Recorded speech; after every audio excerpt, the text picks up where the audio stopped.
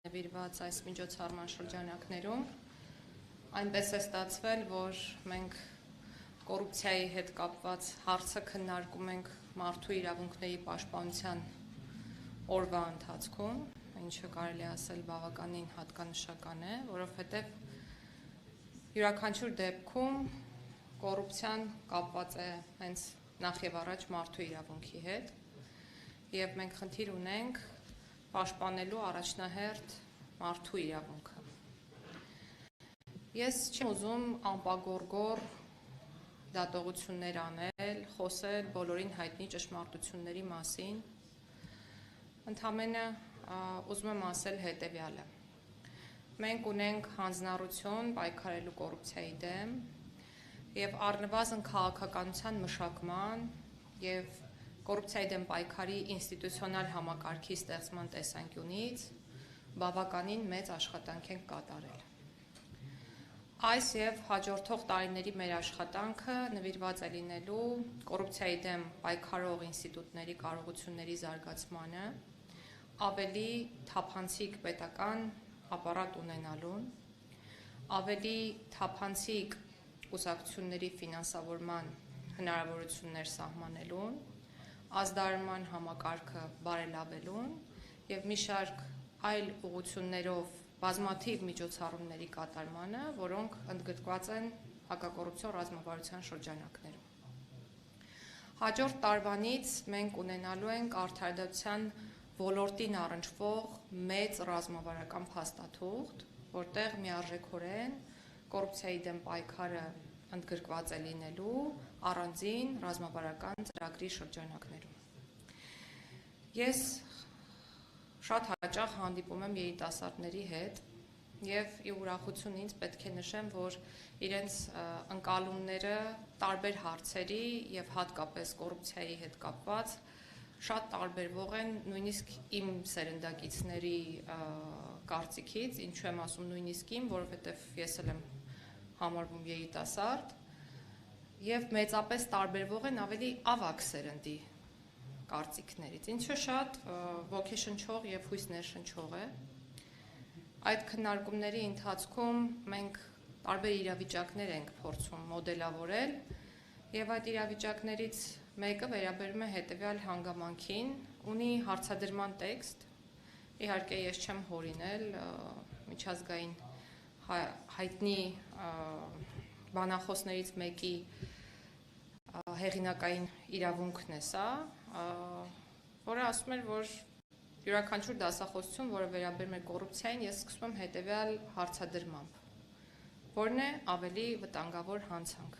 սպանությունը թե կոռուպցիան։ Որպես կանոն, յուրաքանչյուր լսարանում 90 եւ ավել տոկոսը միանգամից պատասխանում է սպանությունը, առանց խորանալու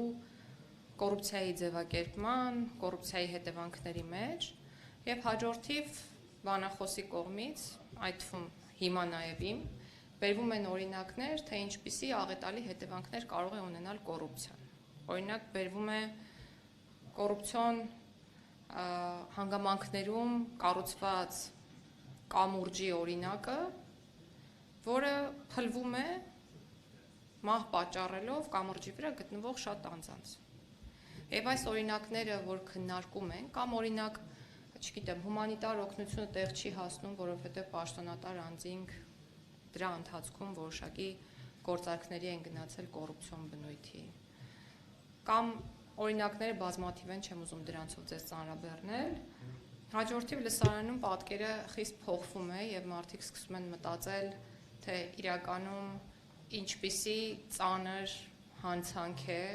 կոռուպցիան իր բոլոր հնարավոր դրսևորումներով։ Եվ դա է պատճառը, որ պետությունները որդեգրում են զրո հանդուրժողականություն կոռուպցիայի դեմ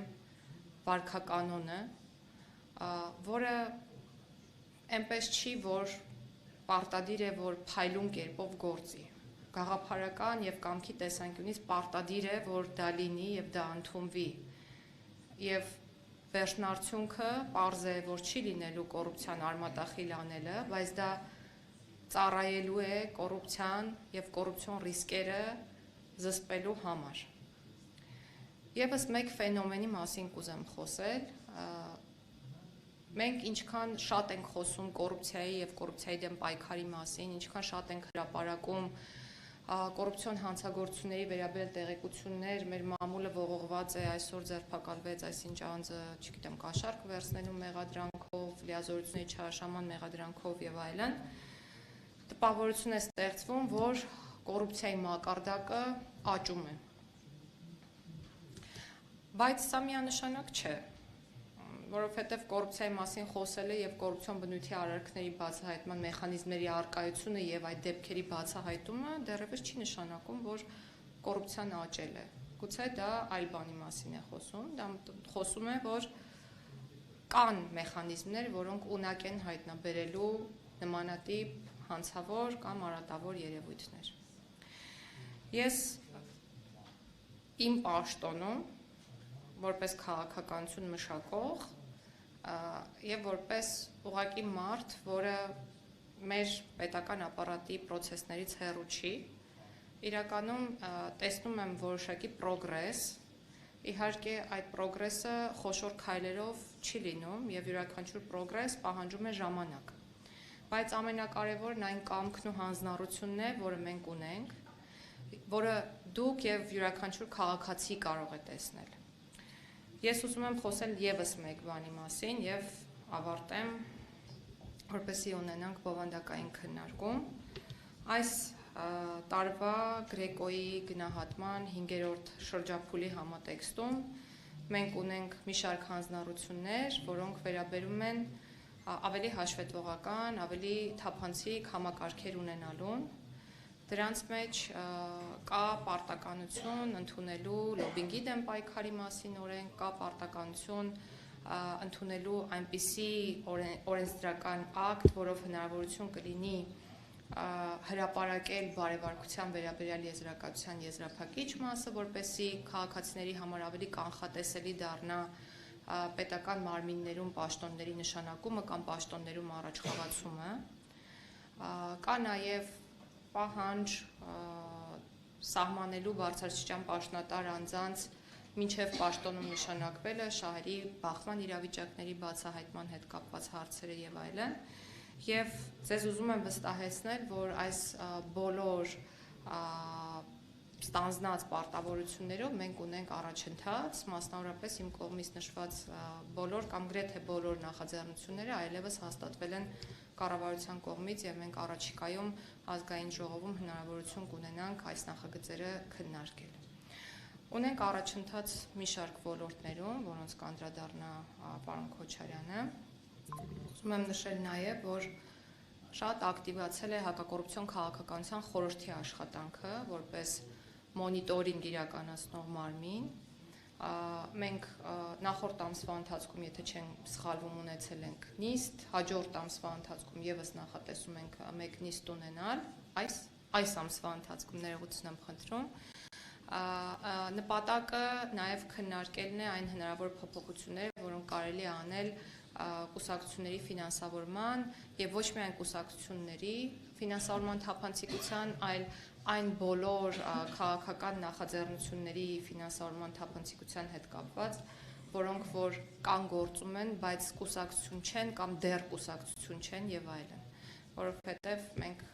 բախվում ենք այս ոլորտում շատ հաճախ խնդիրների։ Մարտահրավերներից խոսելով պետք է խոսեմ նաեւ ապատեղեկատվության շատ